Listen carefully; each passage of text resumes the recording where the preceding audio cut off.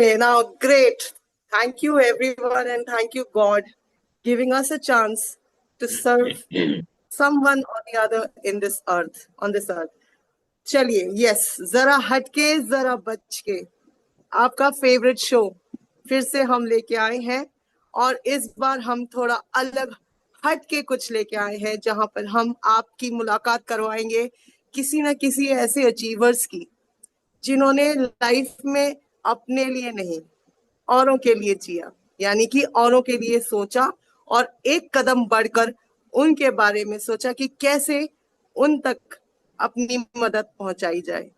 वो कहते हैं ना कि अपने लिए जिए तो क्या जिए, जीना तो उसका नाम है जो औरों के लिए कुछ किए। तो यस, लेके हम आए हैं आपके समक्ष एक कुछ किया है और एक अवार्ड विनर है जहां हमारी मुलाकात उड़ान के थ्रू हम लोगों को, हर महिलाओं को, बहुत सारी महिलाओं को अवार्ड से मतलब they just shown that love and affection to the women on Women's Day, International Women's Day।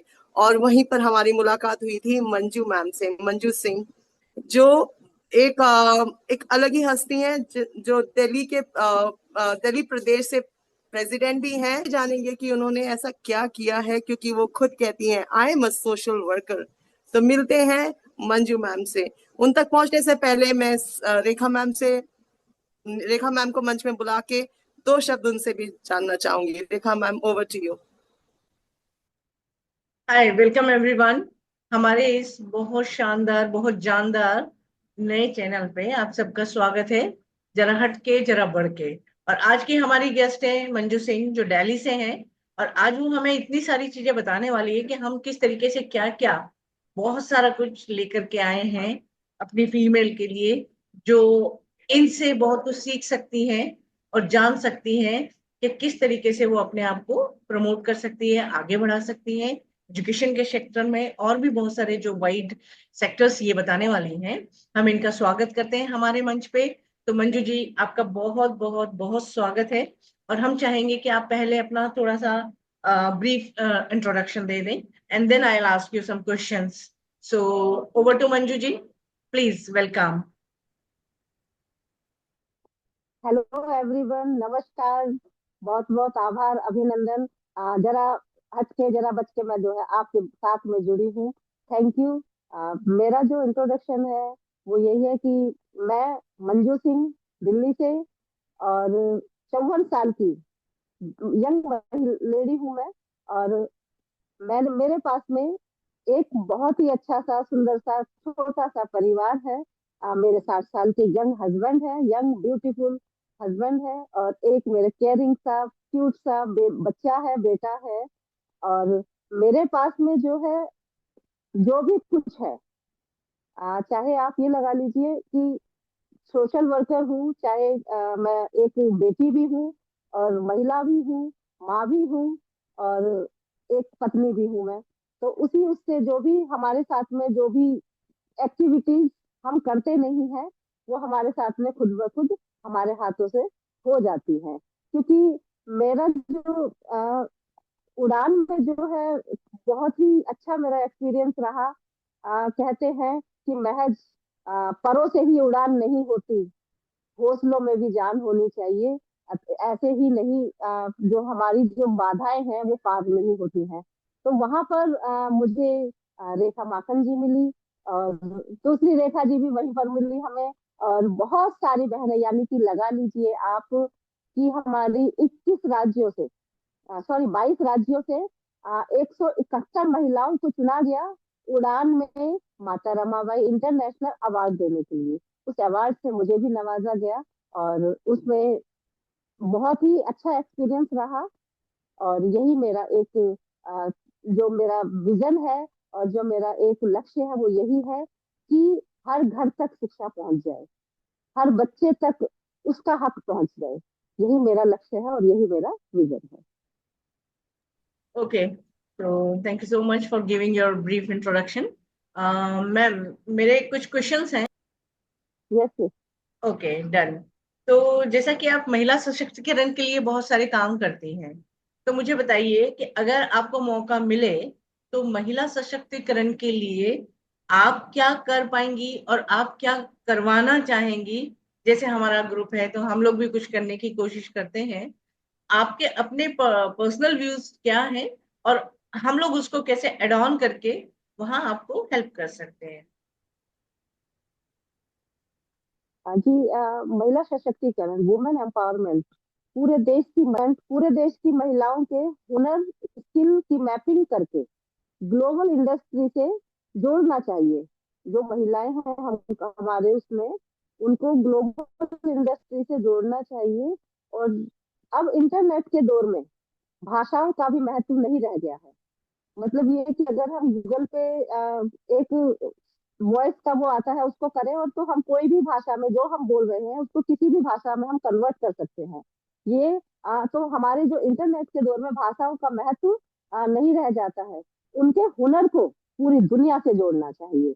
हर भारतीय महिला के पास कुछ ना कुछ हुनर जरूर है, चाहे वो आपस में कनेक्ट होने का हो और चाहे वो इंडस्ट्री को जोड़ने का हो।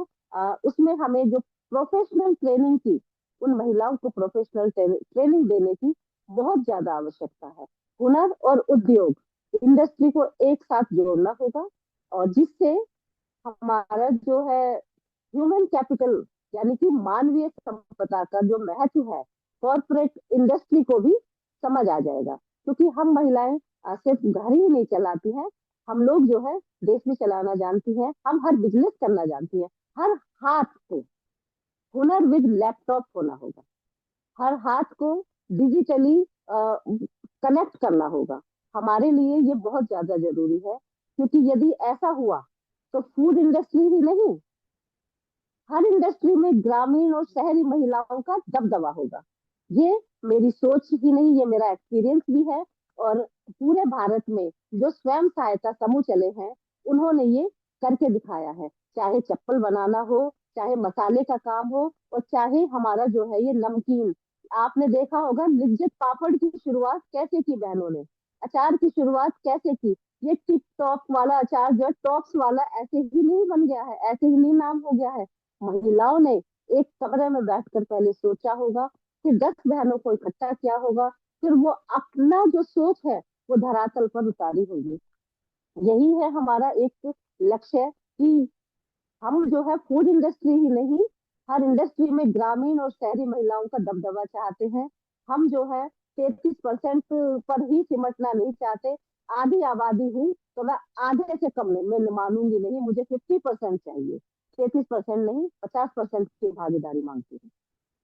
जी। हम बहुत अच्छा मैम, बहुत अच्छे विचार आपके लगे और आपने काफी वाइड तरीके से इस चीज को हमको एक्सप्लेन किया कि किस तरीके से महिला समूह लिज्जत पापड़ की स्टोरी अगर हम देखें तो इट्स वेरी नाइस और बहुत इंस्पायरिंग है। और अचार मसाले पापड़ ये तो सब महिलाओं के अपने हुनर हैं और उन्होंने बहुत बड़े बड़े बिजनेसेस खड़े भी किए हैं। अभी मिल्क को लेकर के भी आप गुजरात में देखें तो उसका भी बहुत बड़ा एक वुमेन ग्रुप तैयार भी हो चुका है और उन्होंने मार्केटिंग भी पूरा कंप्लीट अपने हाथ में ले लिया है। तो मैम इट्स वेरी नाइस कि आप इतने अच्छे विचार रखती हैं, इतना अच्छा आपका दृष्टिकोण है और विजन भी इतना बढ़िया है आपका। और आप चाहती हैं इस फील्ड में पूरा का पूरा आधी आबादी का वर्चस्व कायम करना और all over globe, I hope, है ना। तो हम भी यही चाहते हैं और हम उसमें आपके साथ में कंधे से कंधा मिला करके बिल्कुल तैयार हैं कि उद्योग इंडस्ट्री कम से कम हमारे हमारे बस में हो, हमारे पावर में हो और हम लोग ही उसको पूरी तरह से कंट्रोल करें, है ना। अभी आपने रेलवे का सुना होगा तो रेलवे में एक स्टेट पूरा कंप्लीट सारी चीज कंप्लीट महिलाएं उसको कंट्रोल कर रही है ना। तो चलिए जी। बहुत अच्छा।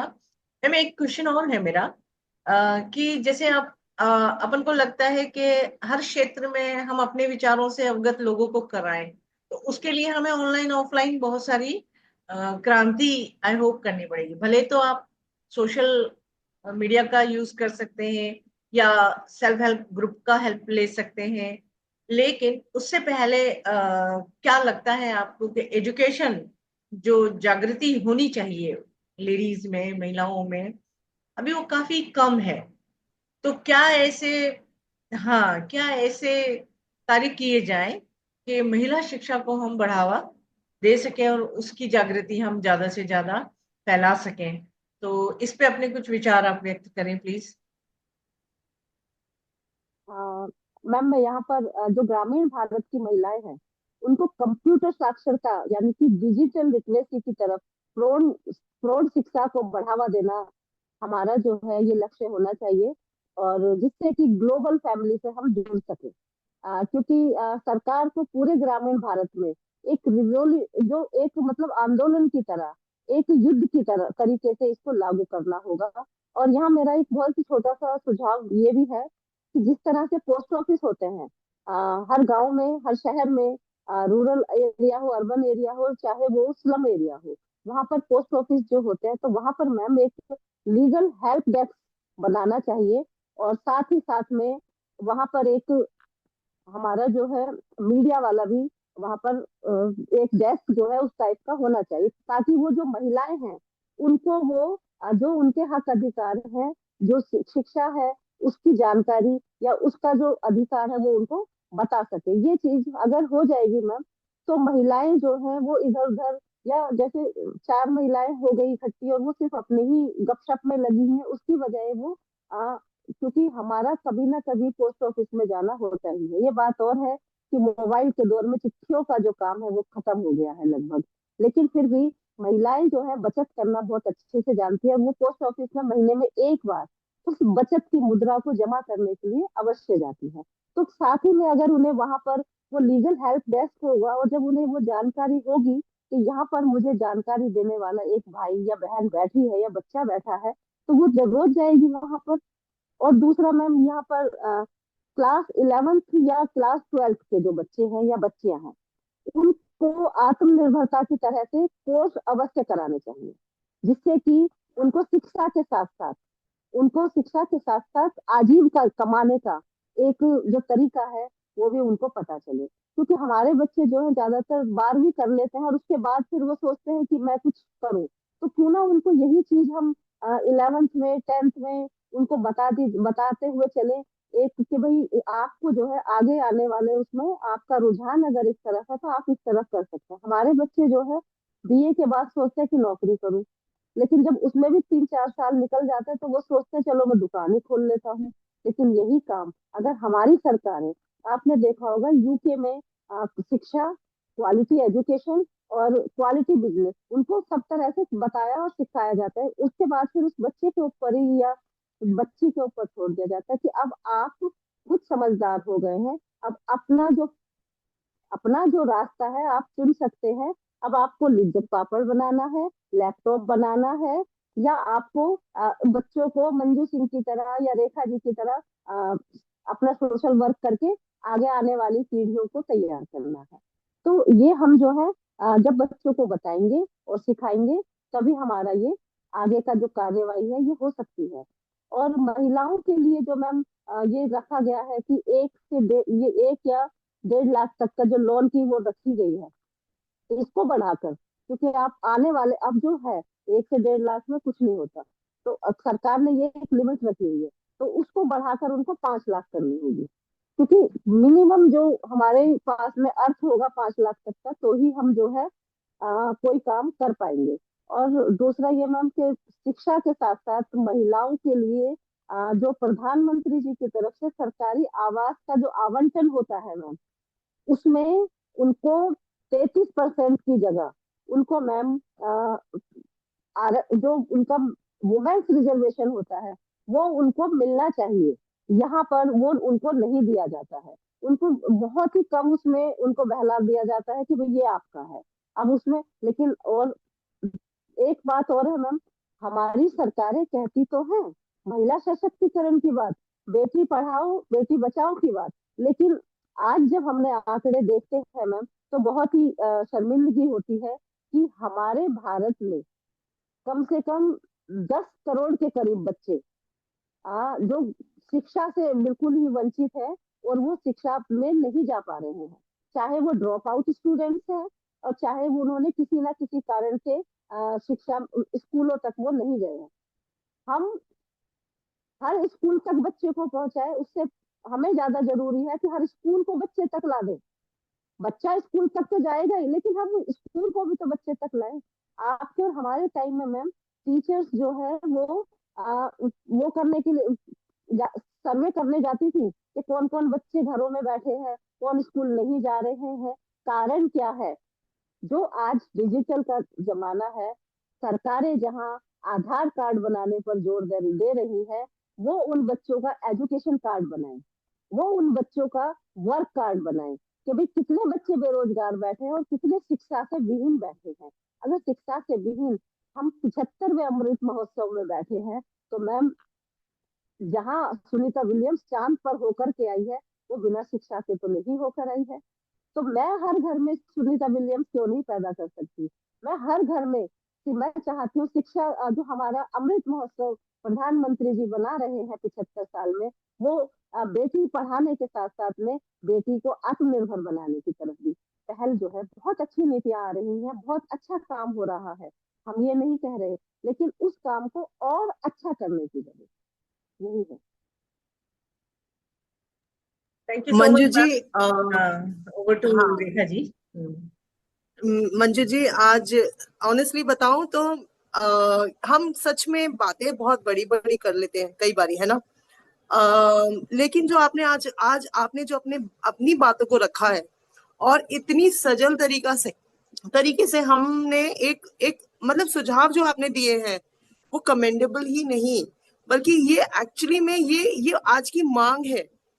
हम आने के लिए हम 21वीं 22वीं अब मतलब कहाँ तक की सदी में आ चुके भी हैं, और आपने जैसे कहा कि हम चांद में भी पहुंच चुके हैं, प्लस हम कहाँ मतलब एक महिला ने जहान भी जीत लिया है। लेकिन वहीं दूसरी जगह हम देखें तो आज भी ऐसी कई महिलाएं या हमारी बहनें या बिटियां हैं जो शायद स्कूल जाने के लिए तरसती और तड़पती हैं, जी लेकिन कहीं ना कहीं किसी ना किसी मजबूरी से आज वो या चोरी छुपे या फिर किसी तरीके से वो किताबें देखती हैं, उनकी आंखों में सपने हैं, लेकिन वो सपने बिखरे हुए हैं।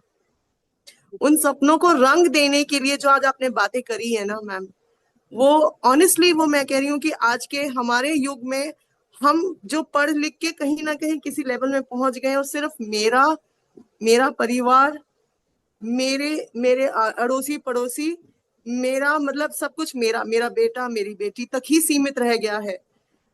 अगर आपके और हमारे जैसे चंद महिलाएं या बहनें या भाई भी हम सबके साथ मिलके इस एक मतलब एक रेवोल्यूशन जिसे कहते हैं ना, अगर हम ही लोग आगे आके इस छोटे छोटे कार्य को करने लग जाएं, तो शायद गवर्नमेंट को भी ना वो सब चीजें ना करनी पड़े, है ना।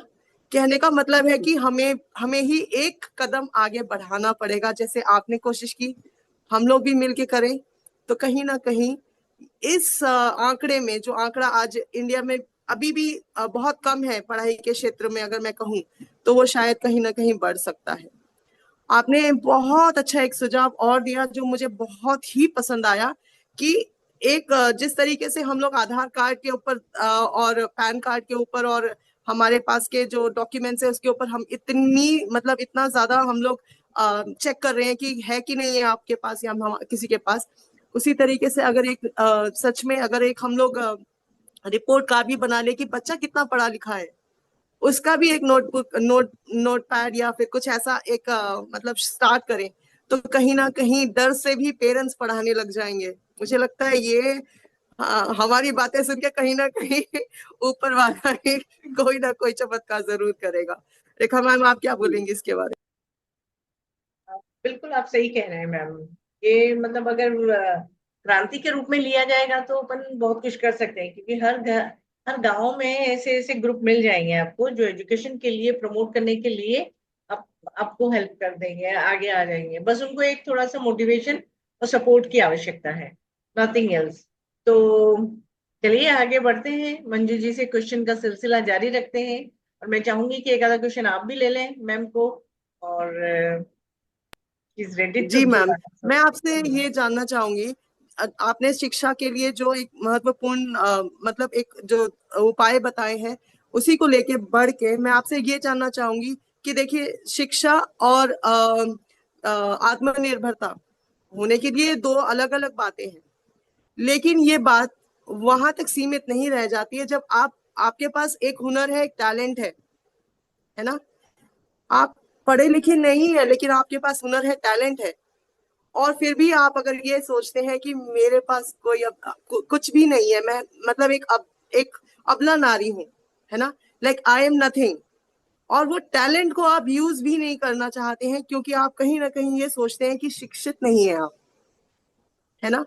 तो मैं आपसे ये जानना चाहूंगी कि क्या जरूरी है, आत्मनिर्भरता होना जरूरी है या फिर शिक्षा जरूरी है, या फिर दोनों साथ होना, बैलेंस करना जरूरी है, या किस तरीके से एक महिला अपने अपने उस टैलेंट को निकाल के मतलब लोगों तक लेके आ सकती है। कहीं ना कहीं कोई तो उपाय होगा इसका ना। जी, बहुत अच्छा सवाल पूछा आपने। आ, हम आत्मनिर्भर बिना शिक्षा के हो सकते हैं। आत्मनिर्भर हम बिना शिक्षा के तो हो सकते हैं, लेकिन शिक्षा के बिना आत्मनिर्भर का भी जो है ना, बिल्कुल ऐसे ही है जैसे कि बादल तो हो रहे दिखाई दे रहे हैं और उनमें पानी नहीं है। बादल तो दिख रहे हैं हमें आसमान में, लेकिन खेत बंजर है, लेकिन वहां वो बारिश नहीं हो रही है। शिक्षा वही है। आ, हमारी जो है शिक्षा से हम मेरे मेरे पास में कभी कुछ दिन पहले का मैं वाकया बताती हूँ आपको। एक बहन आई, उसके हस्बैंड एक्सपायर हो चुके हैं और उसके पास में दो बच्चे हैं, एक बेटा और एक बेटी। वो मेरे पास आई और कहने लगी, दीदी मुझे कुछ काम बता दो। मैंने कहा क्या काम करोगी? कि कुछ भी कर लूंगी। मैंने कहा ठीक है, मैं आपको एक छोटी सी कपड़े की शॉप दे देती हूँ खोल करके, और आप नौकर मत बनो, मालिक बनो अपने। मैं नहीं चाहती कि आप दो बच्चों को छोड़कर घर घर जाओगे काम करने, फिर वो बच्चे भी जो है ना आपका वो समय जो आपको अभी उन छोटे बच्चे उनको देना चाहिए, आप उनको नहीं दे पाएंगे और वो बच्चे किसी गलत उसमें ना चले जाए। तो आप ये काम कर लो। तो वो कहते, दीदी अब मुझे जो है ना पैसे गिनने नहीं आते। आप ये सोचिए, जब उसने कहा कि दीदी मुझे वो मतलब मैं काम तो शुरू कर दूंगी, मतलब उसको इच्छा थी कि मैं दीदी ने जो बताया काम मैं करूं, लेकिन मुझे पैसे गिनने नहीं आते हैं। तो मैंने उसको, और उसकी एज भी जो है 27-28 के करीब थी, तो मैंने उससे कहा, मैंने कहा क्यों तुम पढ़ी नहीं हो क्या? और देखने में वो बिल्कुल वेल एजुकेटेड अच्छी लगी मुझे। तो कहने लगी, नहीं दीदी मैं पढ़ी नहीं हूँ, दूसरी क्लास तक मैं स्कूल गई थी। मैंने कहा तुम्हारे मम्मी पापा तो पढ़ा सकते थे, तुम पढ़ी क्यों नहीं? कि मेरा मन नहीं था। मैंने कहा देखो, आ, आज के टाइम में मैं आपको सिलाई सीखने के लिए कहूँ, उसमें भी नाप लेना होता है। उसमें भी एक दो तीन काउंटिंग मैथमेटिक्स और ये सब चाहिए होता है, यानी कि शिक्षा चाहिए होगी। दूसरा, अगर मैं आपको पार्लर का कोर्स के लिए कहती हूँ, तो उसमें भी जब वो कोई पैसे देगा तो आपको जब वापस वो पैसे देने होंगे तो वो गिनकर ही देने होंगे, नहीं तो इसमें आपका नुकसान होगा। आप किसी को ज्यादा पैसे दे दोगी या किसी से कम पैसे ले लोगी आप। तो उसको मैंने बहुत सारी चीजें इस तरह से बताई। फिर कहने लगी, दीदी बस मुझे इतना पढ़ा दो कि मैं वो पैसे गिन सकूं। तो आप मतलब ये सोचिए, वो आत्मनिर्भर तो होना चाहती है, लेकिन शिक्षा के अभाव के बिना वो आत्मनिर्भर होए भी तो कैसे हो। तो मैंने यहाँ पर जो भी एक क्वेश्चन पूछा था, उसमें मैंने कहा था कि 11वीं और 12वीं में हमारे बच्चों को शिक्षा के साथ साथ स्किल डेवलपमेंट, उनको कौशलता की तरफ भी ले जाए तो बहुत अच्छी बात होगी। मेरी जो बहनें हैं, एसएचजी से मैं 10-10 बहनों का जो ग्रुप बनाती हूँ स्वयं सहायता समूह में, उसमें उन बहनों को शिक्षित होना बहुत ज्यादा जरूरी है। और आपकी जानकारी के लिए मैं बता दूं, बैंक में अनपढ़ महिला को जो अंगूठा लगाती है उसको एटीएम कार्ड नहीं मिलता है। सरकार पहले ही कह देती है कि एटीएम कार्ड अंगूठा लगाने वाली बहनों या भाइयों के लिए नहीं है। तो आप ये सोचिए, आज के डिजिटल जमाने में जहाँ एटीएम से पैसे निकालने में लोग अपनी शान समझते हैं, तो क्या हम इतने गए गुजरे हैं कि हम जो है उस एटीएम का यूज करने से चूक जाए? तो मैं अंगूठा नहीं, मुझे कलम दो पेन दो, मैं साइन करूंगी।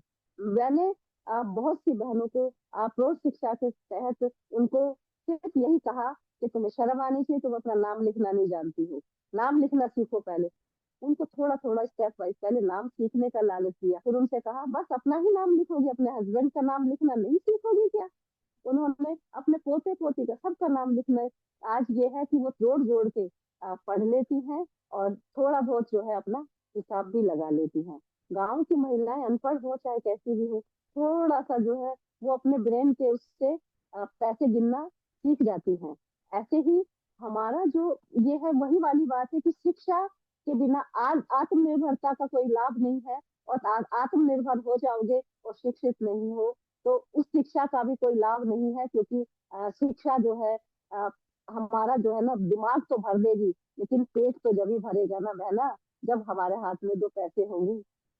तो शिक्षा भी जरूरी है और आत्मनिर्भरता भी उतनी ही जरूरी है। तो हमारे स्कूलों में जो है, क्यों ना हमारी सरकारें ये काम सिखाए बच्चों को आत्मनिर्भर बनाने के लिए। उनको कोई ना कोई इस तरह के कौशल कार्य सिखाए, जैसे कि सिलाई है, चाहे उनको पार्लर का है, चाहे उनको जो है, अगर कोई बहन बेटी नर्स भी बनना चाहती है, डॉक्टर भी पढ़ना बनना चाहती है, क्वालिटी एजुकेशन क्यों नहीं देती सरकारें? क्यों हमारे, अब आप ये देखिए, अगर प्राइवेटाइजेशन के तरफ इतना बढ़ा रहे हैं, प्राइवेट स्कूलों में इतना वो कर रहे हैं, लेकिन क्या प्राइवेट स्कूलों में बीए टीचर्स होती है, पीजीटी टीचर्स होती है?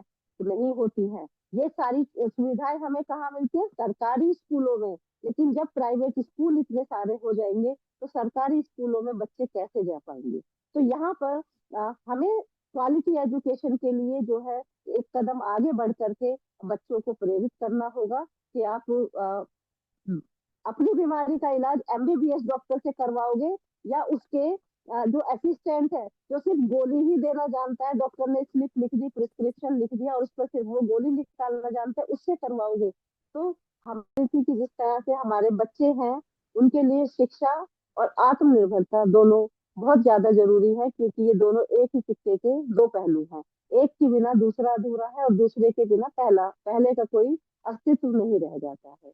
यहाँ पर हमारे जो बच्चे हैं, उनको, जैसे महिलाएं हैं, उनको पोषण सिखा तो दिया, लेकिन जैसे हमने उनको सिखा दिया जी अचार बनाना, जैसे हमने उनको सिखा दी सिलाई, लेकिन उस सामान को वो दे कहाँ? उससे आगे का रोजगार कैसे बनाए, कैसे वो करे? तो इसके लिए सरकारों को ही काम करना होगा कि उनको फंड्स अलॉट किए जाए, और वो फंड्स का जो अलॉटमेंट है, वो प्रोसीजर जो है वो इजी होना चाहिए। ऐसा ना हो कि वो इतना हार्ड हो जाए कि वो बहन जो है वो सीख तो जाए, लेकिन फिर वो अपने दायरे में ही सिमट जाए और वो उस चीज के लिए फिर खुद ही कहे कि मैंने क्यों सीखा, ये बीमारी मैंने मोल क्यों ले ली। ऐसा ना हो। तो उसमें हमारा जो फंड्स का अलॉटमेंट है वो इजी होना चाहिए। और दूसरा, जैसा कि मैं कह रही थी, कि हमें जो है क्वालिटी एजुकेशन पर जोर देना होगा। सरकारों को क्वालिटी एजुकेशन फ्री करनी होगी, क्योंकि हम हमारे जो उसमें 12वीं तक तो बच्चा पढ़ लेता है किसी ना किसी तरीके से, लेकिन उसके बाद की जो एजुकेशन है वो बहुत महंगी होने के कारण हर बच्चा उस एजुकेशन तक नहीं पहुंच पाता है। और मैम, बहुत ज्यादा नहीं तो ये है कि जो नेशनल ओवरसीज स्कॉलरशिप है वो बढ़ाई जानी चाहिए। अभी जो है वो सिर्फ 125 है। उसमें भी उसमें जो ये जो है सिर्फ और सिर्फ एससी के लिए है। इसका जो मैम पेपर वर्क है ना, इसका जो प्रॉपर वेरिफिकेशन है वो बहुत अच्छे से और बिना किसी भेदभाव के होना चाहिए। बिल्कुल ये सही होना चाहिए और उचित व्यक्ति को ही ये लाभ मिलना चाहिए। ऐसा ना हो कोई फर्जी डॉक्यूमेंटेशन के आधार पर इस नेशनल ओवरसीज जो स्कॉलरशिप है इसे ले जाए और हमारे जो बच्चे हैं वो इस चीज से अनभिज्ञ या इस चीज से बिल्कुल वंचित रह जाए। तो यहाँ पर हमें दोनों ही चीजें हैं, क्योंकि शिक्षा आत्मनिर्भरता का रास्ता खोलती है और आत्मनिर्भर अगर हो जाता है तो वो शिक्षित कई सारे बच्चों को कर पाता है। वो कहते हैं ना कि एक को देख के दूसरा दूसरा भी आगे बढ़ने की कोशिश करता है। अगर हम एक गांव से एक महिला या एक बच्ची अपना मतलब अपने आप को बदलने की कोशिश करती है, पहले तो उसके पीछे पूरी दुनिया या पूरा गांव पड़ जाएगा कि क्या कर रहे हैं, अपने परिवार में अब इस लड़की को कहाँ भेज रहे हैं, क्यों कर रहे हैं। लेकिन जब वो कुछ नाम कमा देती है ना, तो पूरा गांव खड़ा हो जाता है कि ये मेरे गांव की, मेरे क्षेत्र की बेटी है ना। और उस एक बेटी को देख के शायद उस गांव की हर घर की बेटी ये सोचने लग जाती है कि मुझे वही बनना है, मुझे वही स्थान प्राप्त करना है। अगर हम शुरू से ही बेटियों को वो एक कहते हैं ना कि अगर आप मतलब कुछ बदलाव लाना चाहते हैं तो बदलाव पहले आपको अपने घर से शुरू होना होगा, अपने घर को बदलना होगा, अपने माहौल को बदलना होगा। तभी कहीं जाके आप सोच सकोगे कि आप संसार में या आप किसी एक दायरे में आप एक बदलाव लेके आ सकोगे। तो हम उस टाइम का या उस समय का क्यों इंतजार करें कि कोई एक बहुत बड़ा नाम करके आए तब जाके आपकी आंखें खुले और आप बोले कि नहीं मेरी बेटी को भी आगे बढ़ाना, मेरे बेटे को भी आगे बढ़ाना है। बेटी ना बेटा भी, हमें बच्चों को आगे बढ़ाना है। अगर हम शुरू से ही उनके टैलेंट को, उनके मतलब उनको समझे, बच्चों को समझे कि क्या चाहते हैं, तो मुझे लगता है कि कहीं ना कहीं वो बदलाव आप अपने परिवार से ही शुरू कर सकते हैं। और कहीं ना कहीं इसके लिए हमें काम करना बहुत जरूरी है। मंजू जी, आप इसके बारे में क्या बोलेंगी? मैम मैं यहाँ मुझे भी थोड़ा सा जब मेरे फादर एक्सपायर हुए तो मैं महज 6 साल की थी। ये सब मैंने अपनी मम्मी से सीखा, अपनी मदर से सीखा है। मेरी मदर उस टाइम सिर्फ 23 साल की थी जब मेरे पिताजी 3 बेटियों का बोझ उनके कंधे पर छोड़ करके गए।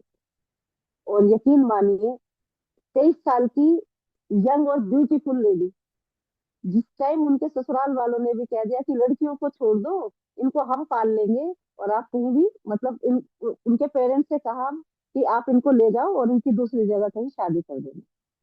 जब मेरे नाना जी ने उनके ऊपर दबाव डाला कि बहुत बड़ा लंबा जीवन है और लड़कों को छोड़ देती हैं, तो ये तो लड़कियां हैं, और जब इनके चाचा ताऊ इनको रखने के लिए तैयार हैं तो आप इनको छोड़ दीजिए और चलिए। तो मेरी मम्मी का एक ही जवाब था, और मुझे वो आज तक याद है। उन्होंने कहा कि मुझे तो दूसरा घर परिवार मिल जाएगा, लेकिन मेरी बच्चियों का क्या होगा। उन्होंने इतना संघर्ष, क्योंकि ना कोई नौकरी थी ना कुछ था, सिर्फ खेतों में उगा हुआ धान था। मैं दिल्ली की ही रहने वाली हूँ, मेरा परिवार, मेरा पीहर मायका दिल्ली में ही है। हमारे खेतों में धान उग रहे थे, क्योंकि मेरे फादर जनवरी में एक्सपायर हुए थे। और मेरे मम्मी के पेट में 8 महीने की सबसे छोटी बहन थी। मेरे फादर के एक्सपायर होने के 2 महीने बाद वो पैदा हुई।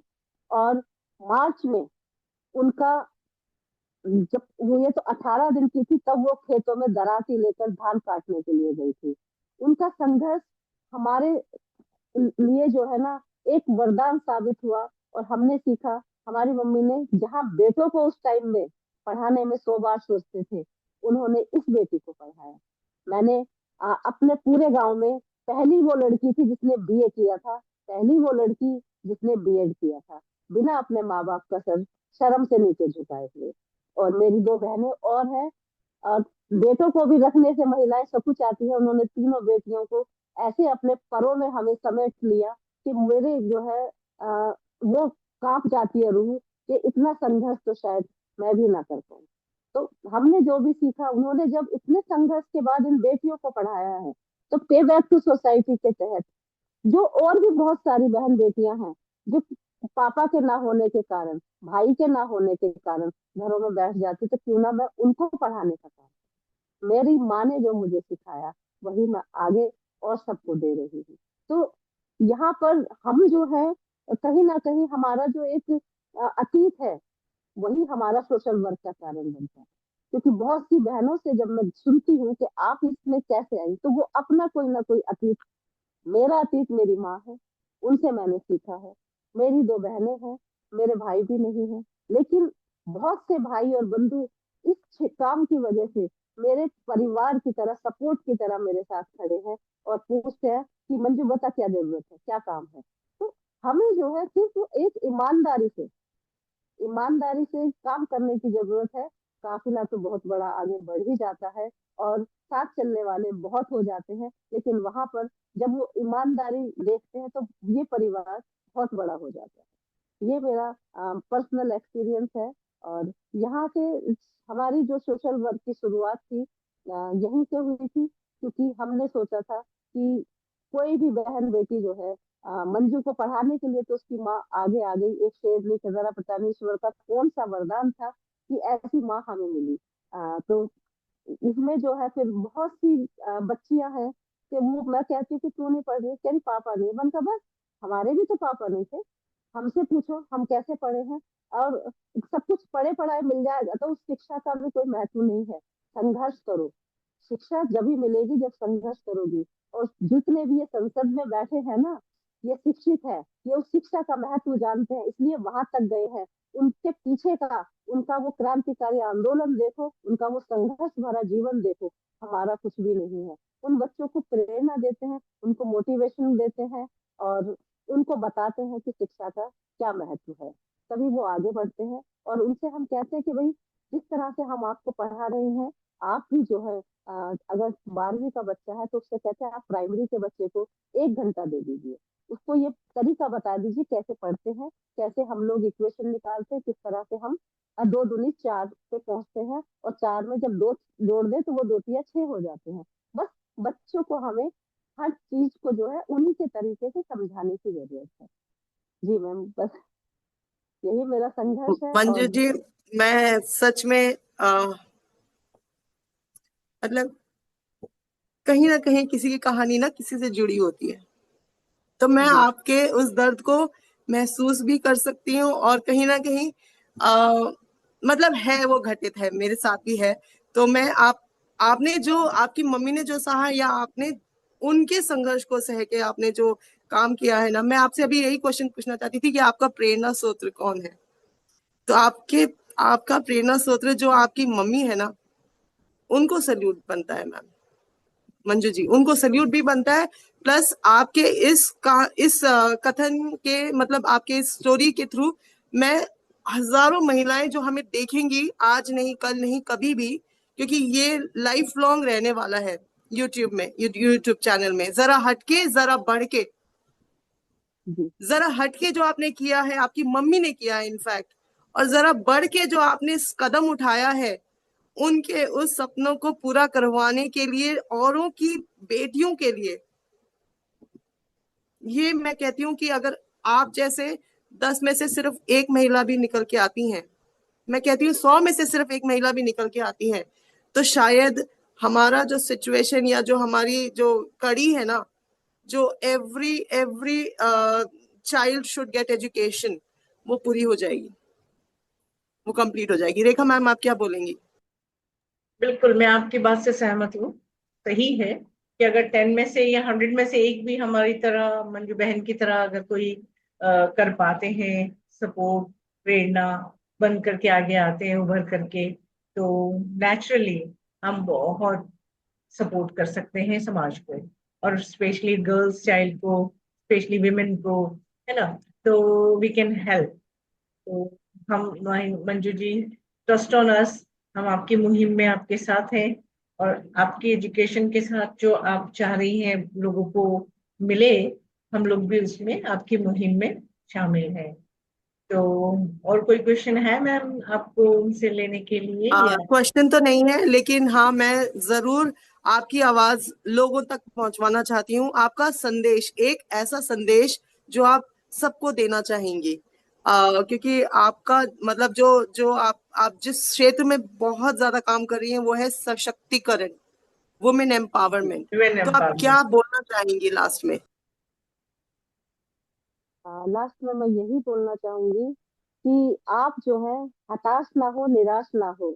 आपके पास में वो हुनर है आपके हाथों में कि आप जो है इस कड़छी भी चला सकती हैं और इससे हवाई जहाज भी चला सकती है। सिर्फ अपने दिमाग में एक अपने मजबूती रखिए, अपनी लगन को और अपनी ईमानदारी को बरकरार रखिए, अपनी जिम्मेदारी को समझिए, और आप अपने घर से शुरुआत कीजिए। अपनी, अगर आपकी बहू आई है तो उसे पढ़ाइए, नहीं पढ़ी है तो अपनी बेटी को जरूर पढ़ाइए। आप चाहे उनको खाने में एक रोटी कम दे दीजिए, लेकिन किताबें पूरी दीजिए, उनको शिक्षा के क्षेत्र में आगे बढ़ाइए। धन्यवाद। तो thank you so thank you much so much. Manju जी।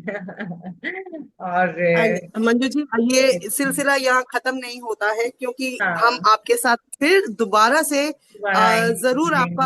आपकी और राय और आपकी और मतलब हम चाहेंगे कि आप और भी बातें हमारे समाज को बताएं, व्यूअर्स को ताकि कहीं ना बताएं। कहीं एक छोटा सा बदलाव हम लेके जरूर आ सके। बिल्कुल। जाने से पहले रेखा मैम, आप कुछ बोलना चाहेंगी? हाँ बिल्कुल, मैं थैंक्स देना चाहूंगी मंजू जी को, उन्होंने इतने अच्छे विचार व्यक्त किए और इतने अच्छे तरीके से जो चीजें उन्होंने खुद महसूस करी और जो उनकी मदर ने उनके साथ में किया, और उनको सल्यूट करते हुए हम लोग सम्मान करते हैं हर उस माँ का जो अपने बच्चों के लिए सेक्रीफाइस करती है, कॉम्प्रोमाइज करती हैं और अपना खुद का सेल्फ बहुत सारा त्याग कर देती हैं। इवन मदर्स तो करियर तक दांव पे लगा देती हैं अपना, है ना, तो बच्चों के लिए। तो बहुत बहुत बहुत अच्छी बातें आपने हमें बताई, हमारे व्यूअर्स को बताई। और दोस्तों, जैसा कि आपने मंजू जी को सुना, उसी तरह के गेस्ट हमारे और आने वाले शानदार पॉडकास्ट में आते रहेंगे। तो हमारे इस जोरदार पॉडकास्ट को जरूर से लाइक कीजिए, सब्सक्राइब कीजिए और हमें इंस्पायर कीजिए, ताकि हम मंजू बहन जैसी और बहुत सारी फीमेल जो व्यक्तिगत रूप से लोगों को सपोर्ट कर रही हैं, महिलाओं को सपोर्ट कर रही हैं, उनको आगे लाएं और उनके विचारों से आपको रूबरू करवाएं। तो इंतजार कीजिए हमारे एक नए जबरदस्त पॉडकास्ट का। तो मिलते हैं नए पॉडकास्ट में। Thank you so much. Thank you Rekha ji, thank you Manju ji, thank you. Thank you so thank much. You. मिलते हैं दोबारा।